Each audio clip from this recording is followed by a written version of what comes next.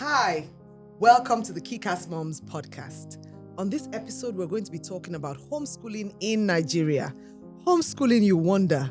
Yes, it is a thing in Nigeria, and we have the perfect guest to dissect this topic. Tomi chose homeschooling when nobody was doing it, and everybody thought, "Are you crazy? What are you doing?" Well, if you've been wondering about it, press play. You're going to enjoy this.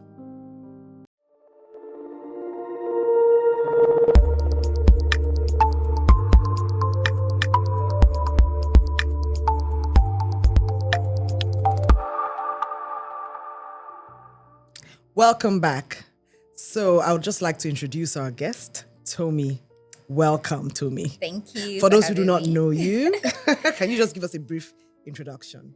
Okay, my name is Tomilola Olatunde, and I'm a mom of two boys. and I am a stay-at-home mom first, and also a homeschooling mom. And I do product photography. Oh, wow. Yeah, so that's pretty much. Oh, I run a blog called the Cuddle Blog. Okay. Basically. Okay. And you're an much. author. Well, yeah. Yes.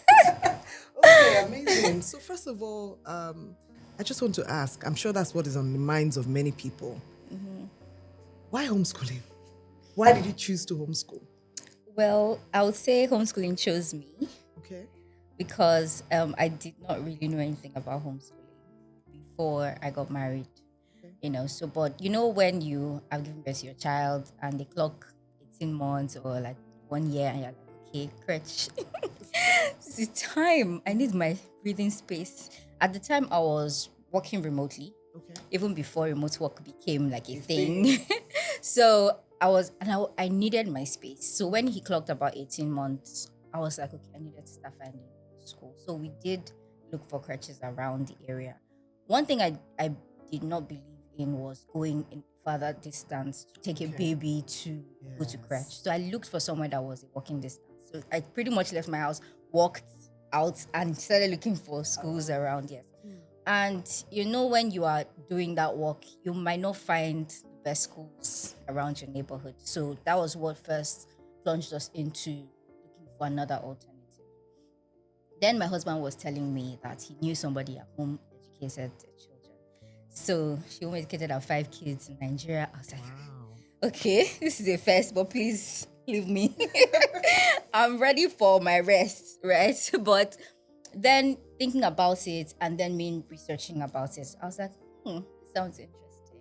18 months old, what can we be learning, right? Yeah. Tell me more than ABC now. At least, even though the brain was frying small, I could at least do that. Okay. So, and that was what brought me into medication. And then I fell in love with it along the way. And here we are, 9 years later. Wow. So, run me through a typical day in the life of a homeschooling mom. How does it look? Homeschooling and working, like you're running businesses. Yeah. Yes. Okay. Yeah. Okay. So for a typical day, it has evolved over the years. Okay. But I can tell you what it looks like now. Right. Right. So for now, because my oldest is going to be 9 in March, and so we needed a bit more structure. So we got a tutor that comes into the house. Okay. So he comes in at 9 o'clock, and then when he comes in at 9, he takes him between 9 and 10, math and English. Right. Right. And then after that, by that 10, I come in to do. I'm still there, right? But because for the younger one, I have to still engage the younger. It's not disturbing the older one. So we do something called circle time. Okay. And in that circle time, we do different activities in circle time, bits and bobs of everything. And after that, then we do, of course, in between their breaks, of course, they can't sit still. They're always all over the whole place. So after that, then we do their individual activities. That is not core academic, right? So they do more play activities for the younger one. The older one, we do projects. That's what the path that we are doing. So we do projects. And after that, then they can do like some other extracurricular activities. So they do piano, they do taekwondo. So on different days, not every single day, right? So maybe on Friday, they're doing taekwondo. On Wednesday, they're doing piano. And after that, they play, go outdoors. And then we do night routine. And after that, then Man, this is Yeah. full-time day. Full-time. As in, oh my full-time. goodness. I So mean, that's while you how were talking, typical. while you were talking, you said something about that's the path we have chosen, right? Yeah. So like, how did you, since it chose you, it wasn't like you found this, yeah. Yeah. How did you get like the information? What do you have a curriculum? How does Yeah. it run? How do you know what to teach, what activities to do and how? Yes, how do you? So again, like I said, we've been doing this for almost 9 years. Okay. Like we're in our 9th year now. Wow. So over the years, it has evolved, and also in me getting educated around, the different paths to alternative education, right? So knowing that when you're doing traditional education, it is more of you go to school. The school is one that's choosing a curriculum, and behind that curriculum is a philosophy, right, of education that they have chosen. But in our typical Nigerian setting, it's pretty much one or two. So there's a traditional education, there's Montessori. Yes. Yeah, so you will hardly find, and there are like 6 or 7 others, different methods. Now there's probably one or two project-based learning schools. There may be like a one Waldorf school. So these are different methods of education. Serious. Yes, so we chose projects Okay. eventually for our child, but I started with theme-based learning. So the way theme-based learning works is that the way you have your child will go into a classroom and they'll have 10 subjects, Yes. right? So this one is like theme-based. So it's not a particular subject. You're not doing per subject. So you're picking a particular topic. Let's put your topic. And then in that topic, you do math, you do English, you do science, you do agriculture. But it's under All that related one to that topic. Yes. Right. So you can pick emotions and teach about math with emotions. You can teach with English. You can teach, or you can take maybe butterfly. And then in the lesson of the butterfly, you touch on math, you touch on English, you touch on science, you touch on agriculture, you touch on, and like that. So that's how I did it for the younger ones, theme-based. And then as it's growing older, we transitioned into project-based. Wow. I mean, is there a community?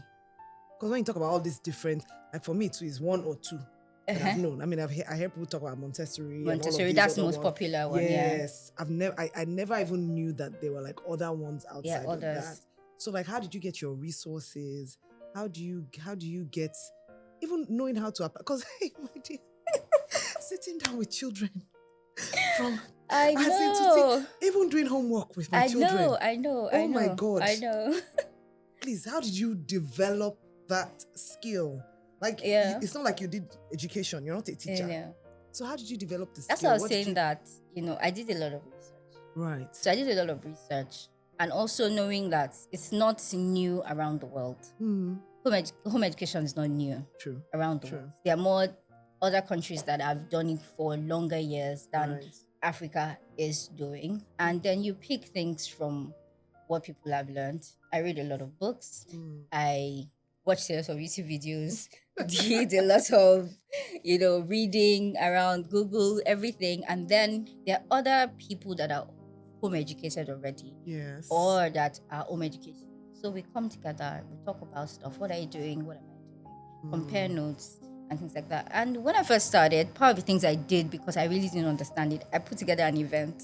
Okay. And I brought people that homeschooled, that were homeschooling, and now the older kids to come and talk to us that were starting out. So we did that pretty much every year, so that other people could come and learn around. Yes. So necessary. I mean, like building a community. Yes, around. That was the start of the community.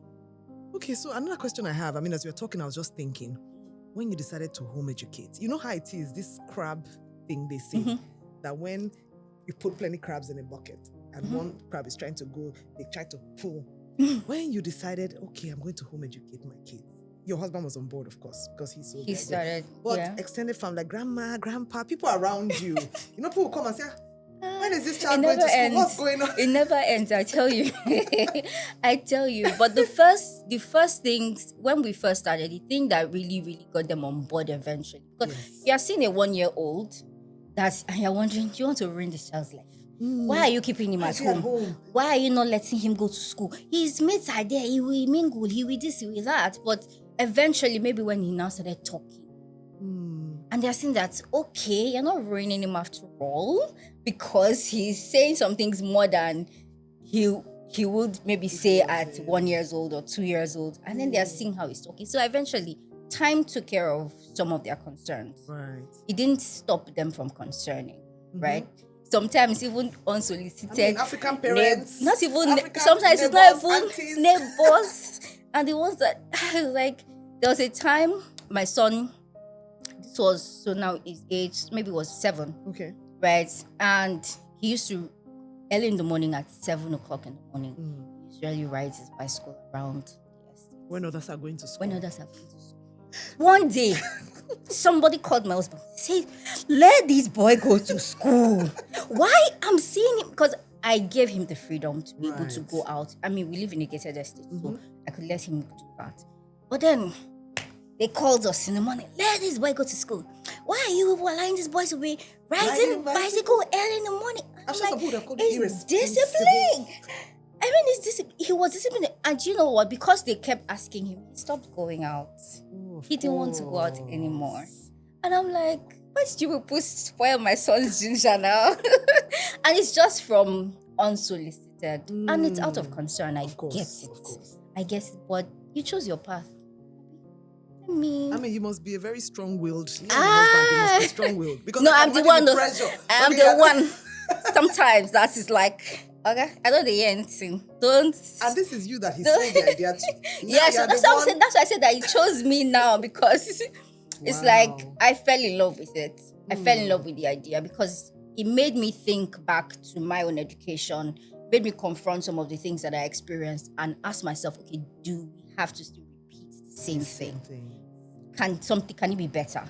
Do we have to go to boarding school, for example? What are the things that people say children learn in boarding school? How can I teach my child those particular things without them having the trauma that comes with boarding school? So it's thinking about those things. Yeah, there are good things that come out of education and being in the same community with children that are your age and whatnot. There's good things that come out of it. I don't condemn that. Absolutely. But it's thinking, can we do something different without the trauma that comes with it? Yeah. Well, there are questions that come to my mind and things that people even ask. Well, because I follow you on your page, I see sometimes, how about socializing? People worry that, when you educate children, they'll be socially awkward. That's the big thing. Yes. So, how do you address that? How do you make sure that, they don't end up being, socially awkward? They can relate with people and all of those kind of things. Yeah, so usually when people ask me those, I assume they've not met my children. That's why. Truthfully. Okay. At some point, I stopped answering anybody. My son is in front of me. Ask him. Don't face me. Don't look at me.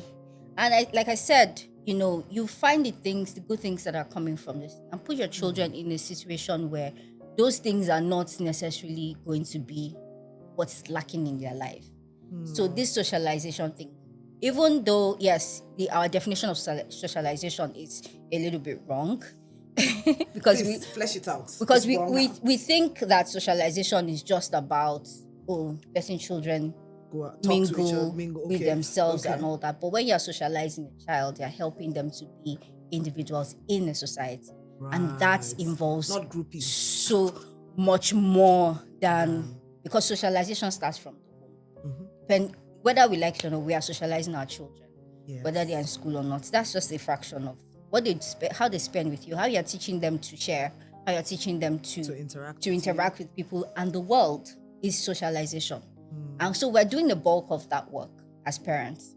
So what happens in school it's a very narrow definition of what people call socialization.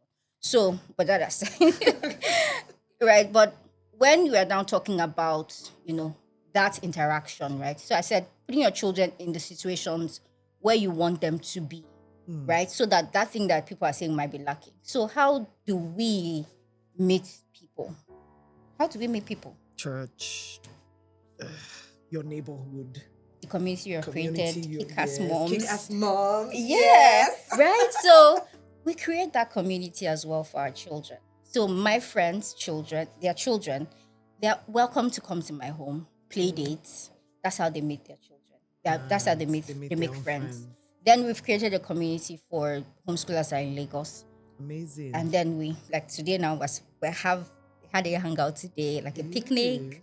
Yes, all of the kids with the parents, we are all there. They form friendships, they form bonds because we do it consistently. And when we go to church, we don't go to church once. We go to church every Sunday. We build connections, we build friendships. We travel, our family. We travel to visit our family. Blog. Yes, so we travel as well. So intentionality in making sure that I create those pockets of communities for my children so that they will not say, oh, they don't have friends. Friends is plenty. It's plenty. As you're talking, I'm just remembering what we were saying outside. I was saying, this is quite a sacrifice. It is. How do you balance, like, it is. Do you have a life? Somebody was asking me recently, he's like, oh, what do you do for fun? I was like, I insert myself into the things I create for my children. That's how I pray for myself. So and what I do online, is like a getaway for me. Right. So you just think about it, it's like, oh, it's not about numbers and all of that. But I just come and dance one time because it's the time when there's downtime and I just want to play music and everybody is happy. We're all dancing together. You might see me, but my children are somewhere around also jumping and dancing. Right. So those things that I do is what I use to create fun for myself. I might not necessarily have the time. When we're successful in this podcast, I told you afternoon. I can't do morning. Why? Because I understood. Yes. So ensuring that my life is structured in that way, and I understand that it's for a season. That's the thing. I understand it so clearly. Yeah. I understand it so clearly that it's for a season because I know that I plan my children's. I don't always want to feel too extra, but I try. Because I know that after this time, I don't want to be working. I don't want to be. I'm giving you this time so that I won't have to give so that I won't have to. Yeah. I get what you're saying. I get you. So another question that people ask often is, okay, so when they want to do like external exams now, preparing them for WIEC, for whatever it is, JAM, when you get to that point, how do you? Because it's a particular type of questioning or whatever that probably they're not used to. So how do you address that? Or what's the plan for that? I was thinking that these children are different. Why? They're not different. You know what we do not understand? We are not inside. We don't know. No, but really, they're not different. The way you are preparing your child for common entrance, you will buy questions. You will give them 1 year to prepare. You give them. It's the same thing. So if you want to give your child, you put the same. They might not be used to that. Yes. But then if you are teaching them those topics, they already are familiar with it. But then you also prepare them ahead. Yes. So I know some people now that they are using 2 years to prepare for their children for because that's not what they are used to. So they'll carve out some time to make sure that, okay, start getting used to the way the questions are. Because if we look at this, a lot of it, the way we did education and the way it even is now, is that they are reading to pass this exam. So we prepare our children to pass the exam the same way. Wow. So we should not look at it too out there or it's something mystical that you have to do differently. It's the same way. And then you register them for the exam. Some of these exams you can do externally. Okay. Some you have to maybe go through a particular school. Yes. But thankfully, now Lagos State is in the process. Hopefully they adopt, our recommendations that give them to recognize homeschooling as an alternative, as private education. Right. And that can involve, because it was just a suggestion to them. We don't know whether they'll take it. All right. So that can involve them, we being able to actually register individually for some of these state or national exams. Wow. So progress, hopefully, is that we can stop answering all those questions. Okay. So if you look at it, what do you think the top benefits of homeschooling or this path that you have chosen? What are the top benefits? The bond. Okay. And the fact that my children, we have flexibility and freedom to educate in the way that best suits them and best suits us. I know, because they say children learn differently.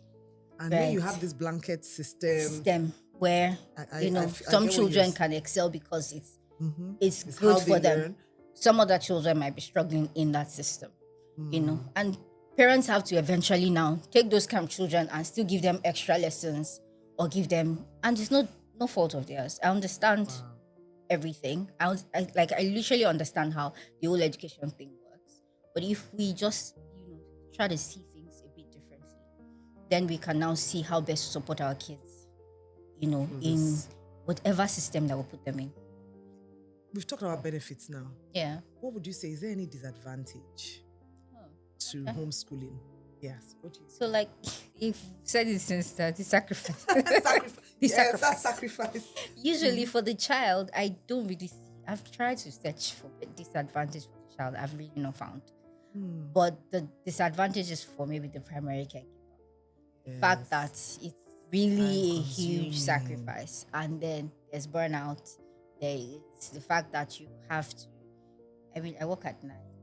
And that's just because myself, I just want to make sure that I do something else, and not waste all of the small brain that I have.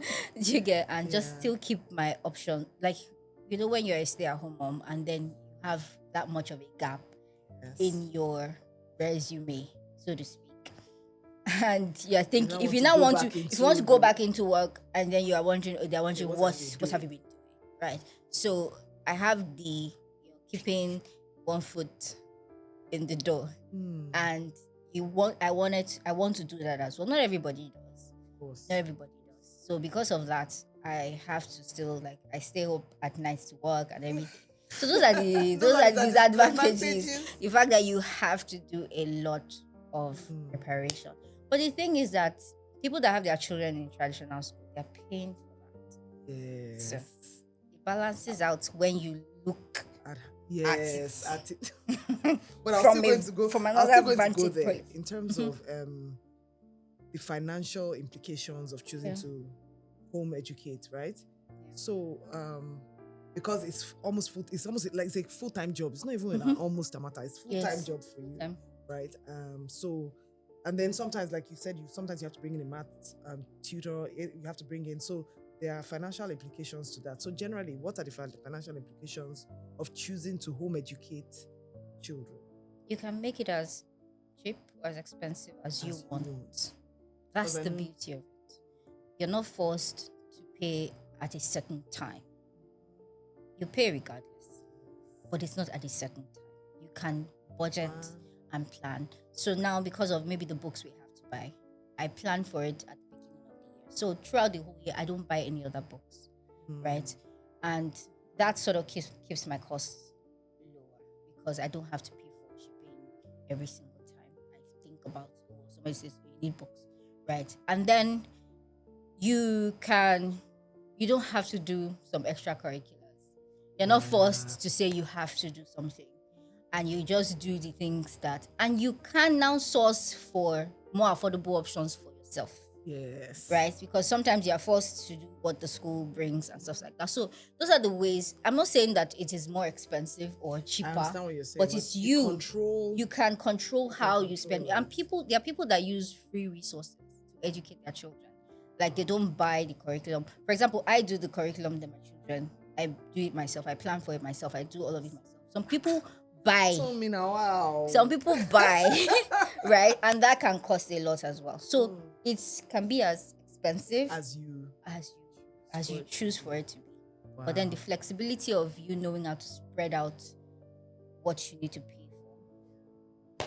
I mean, I'm proud of you as I'm listening because I started following you from when you still had just your first. Now you have 2 boys and they are almost 10. You've come a long way. It's a lot of work. Yes. Well done. So if there's someone listening to us who is thinking of this as an option, what would be your biggest advice for the person? Follow me. Follow me. Follow who knows road. Follow the person that knows roads. You don't need to merry-go-round like I did. And we've put all these resources together so that we don't do the same things that we did. Because, you research here, research there, we consolidated everything. we have a community. I know the people that the community in Abuja or the community in Kenya or the community in Ghana. I know some of these people. I know them. So I'm not the creator, but at least I know them, right? So we can point you in the right direction.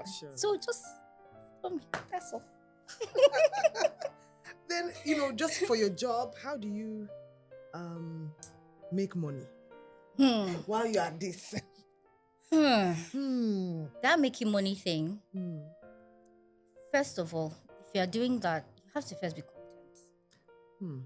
Contentment is a very big thing when you're combining the two, because there's the possibility of what you can make, and then there's the reality of what you can make because you are adding XYZ to what you're doing. So how I make money, like I said, I do product photography on the side. Like I said, it's on the side. So it's not the main. Not the main. So if I was doing only product photography, I wake up every day looking for clients, but I wait for my clients to come to me, and then I sort of like my clients was saying that it's as if your own, that you are giving us rules and regulations to come and use you. But I have to put those rules in place, or else you have to plan around the time. Yes, I have to plan around. So I don't do shoots. If you can't send me your shoot, like if you want to do model shoots, for example, I only do on Tuesdays and Saturdays. Why? Because Tuesdays we don't really do anything at home. Thursdays we go out. So Tuesdays and Saturdays I'm available to do model shoots. If you really want to use me, then that's where contentment comes in. Because you cannot be looking for all of the money. I just need enough, like I said, putting my foot in the door. So that when my retirement, their retirement is coming. That when that retirement comes, I'm not starting from the scratch. Yes. So I can now amp up what I'm doing. Amazing. So do you see homeschooling becoming mainstream in Nigeria? Do you think it's something that can become mainstream? Yes. Why do you say yes? Yes. Because the way you're saying this is even sounding very interesting to me. Just I don't know if I can sacrifice. The idea of the way people see it again is right. We have talked about everything and saying, it's a sacrifice, we have to do a lot and whatnot. You can make it as easier for you. There are people that they just have tutors that come in to come and train the children. Because some people, it is what their eyes have seen that has pulled them out of the traditional education system. The things that their children have gone through is what has made them make the choice. And some of them still have 9 to 5, or like you said, 5 to 9. Somebody who has 5 to 9. I know people that. So the things that I see, even from the people that are just joining our community and saying, because everybody has different reasons why they are homeschooling. Some people have thought about it before they even give birth. All right. Some people are like that. But some people, it is what their children saw in the traditional schooling that made them say they are. And we're seeing it a lot. And there's also more awareness. Because I'll continue to raise awareness. It's our work. We'll continue to raise awareness, because even away from just saying that not everybody can home educate. Absolutely. Not everybody should home educate. Absolutely. But you have to be aware to understand what is happening in your children's education, regardless of whatever. Because traditional systems can make us. Some people just send the children off to school. Yes. You don't even know what's happening. We don't know what's happening. We don't know what they're learning there. We don't even know. We're not planning our children's education.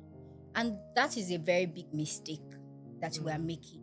Because your planning is what will say where your child actually end up. So you can either be a bystander or be the one that actually facilitates it. You facilitate. When we see people like, we've probably watched the movie of Serena Williams, and where the father was intentional, did the work to ensure that his girls ended up where they ended up. Just translate that to education. It doesn't have to be. It's not as if you just pull them out and all that. Do you understand? So it is. So I see it becoming mainstream, not even just for. I see the awareness is growing, and I know that as people might just need an alternative to know that I'm not just locked into the system. Even if my child is struggling, I can take 1 year and they will be fine, because there's something that they can do when they come home, kind of thing. Some people just need that. So that's why I see that, it can and will become more mainstream. When you talk about this gap year thing, I remember something in school when I was in university. There was a guy I was in year one with in engineering, and he was struggling in year one, and he decided to take. I'd never heard of taking a gap year before. It was unheard of. Like, he took a year off and said he needed to get himself together. We were looking at him like, some serious.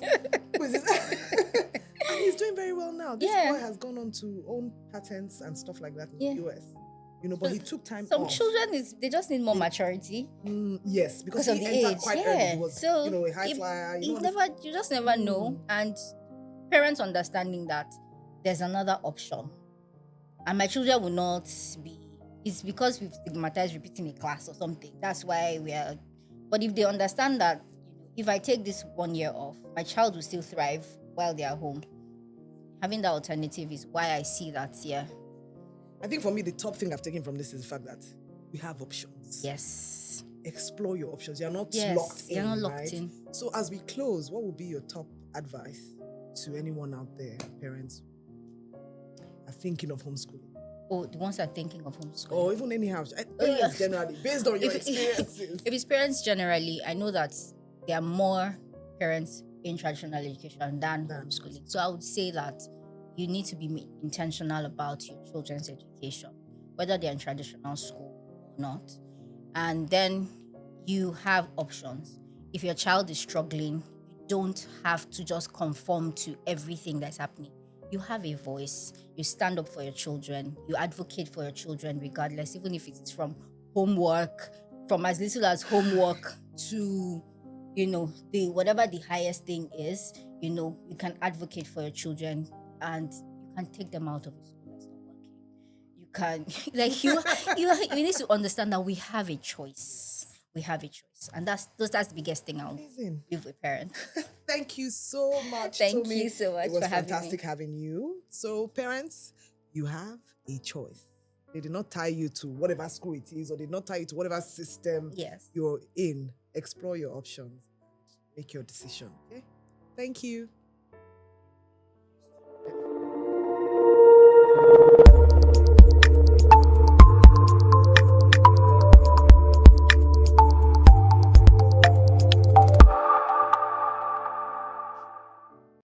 Thank you for joining us on this episode about homeschooling with Tomi. You can follow her on at the Cuddle Blog. Follow us at Kickassmums HQ to continue this conversation online. We look forward to hearing from you, to reading your comments and questions. Join us again with another insightful episode next time. Cheers. Bye.